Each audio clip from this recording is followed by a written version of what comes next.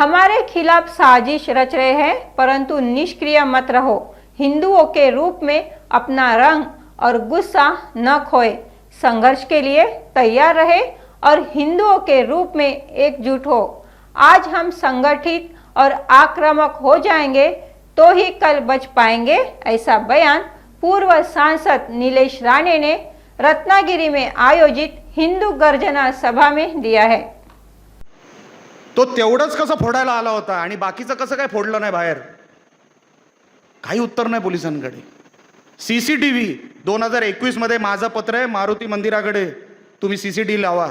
एक सीसीटीव्ही मी आता बघितलं, एक सीसीटीव्हीचं तोंड बाळासाहेबांच्या हाताकडे आणि दुसरं खाली रस्त्यावर। आता मला माहिती आहे रत्नागिरीचे रस्ते खराब आहेत, पण एक सीसीटीव्ही खाली। आत्ताही जाऊन बघा, मी आत्ता बघून आलो म्हणून तुम्हाला हे सगळं सांगतोय। ह्याच्यातला एक शब्द जरी खोटा असला तरी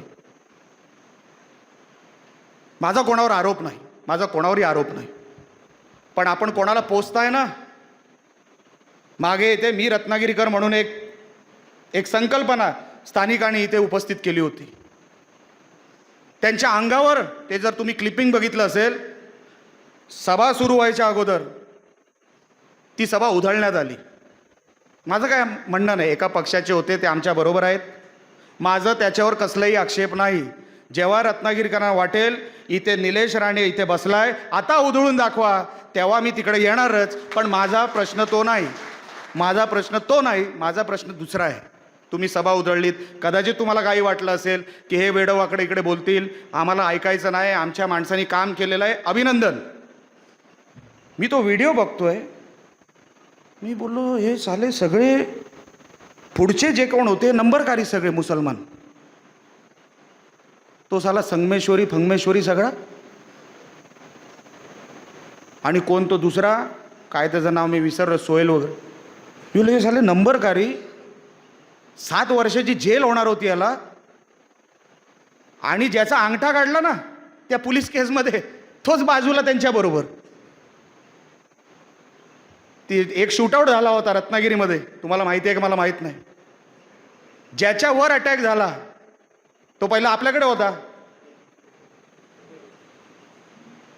त्याचा एक अंगठा गेला शूटआउटमध्ये, तर ज्याचा अंगठा गेला तो त्याच्याबरोबर घोषणा देतोय। मी बोललो कसे एकत्र येतात साले, आपण कधी येणार हो एकत्र? ज्याचा अंगठा गेला, ज्याच्या अंगावर गेला, ज्याला मारून टाकायचा प्रयत्न केला, ते सगळे मुसलमान एकत्र होते, आमचा हिंदू कधी एकत्र येणार आहे? प्रश्न माझा हा आहे। त्याचा जीव घ्यायचा प्रयत्न केला तरी ते एकत्र, आपण कधी एकत्र येणार? सभा उधळली, माझं काही म्हणणं नाही, ठीक आहे, पण कोणी सभा उधळली? 1-2 लेडीज होत्या। आपल्याला राग आला पाहिजे। मी अनेकांना, कौस्तुभ सावंत वगैरे अनेकांना मी फोन केले की मी येतो, मलाही बघायचं कोण सभा उधळतं ते, आपण काही काळजी करू नका। मी काय कोणाचा विरोधक म्हणून नाही, आम्ही सहकारी आहोत, पण जिथे हिंदू समाजावर जर कोण वेडं वाकडं वागत असेल तर मी कोणाचाच सहकारी नाही, मी कोणाचाच सहकारी नाही। ही जिद्द जर तुमच्या मनामध्ये असेल, तुमच्या रक्तामध्ये असेल, अहो बघाव ते मावळे कसे लढले असतील महाराजांबरोबर। मी अनेक वेळेला, मला तर सरकारला विचारायचं आहे, आपण सगळे दिवस साजरे करतो, व्हॅलेंटाईन दिवस पण साजरे करतो, आपण कुठले कुठले दिवस साजरे करतो, आपण मावळा दिवस कधीच साजरा करत नाही। मी राज्य सरकारला विनंती करणार आहे, साहेब काही असू दे, एक दिवस असा काढा की फक्त मावळा दिवसच फक्त तो साजरा झाला पाहिजे। विचार करा, दऱ्याखोऱ्यांमध्ये किती मावळ्यांनी जीव दिला, की काय काय झालं असेल हो, त्यांचे कसे प्राण गेले असतील। ते तेव्हा लढले ना, म्हणून आपण इथे हॉलमध्ये बसलोय। लक्षात ठेवा, पंखा चालू आहे।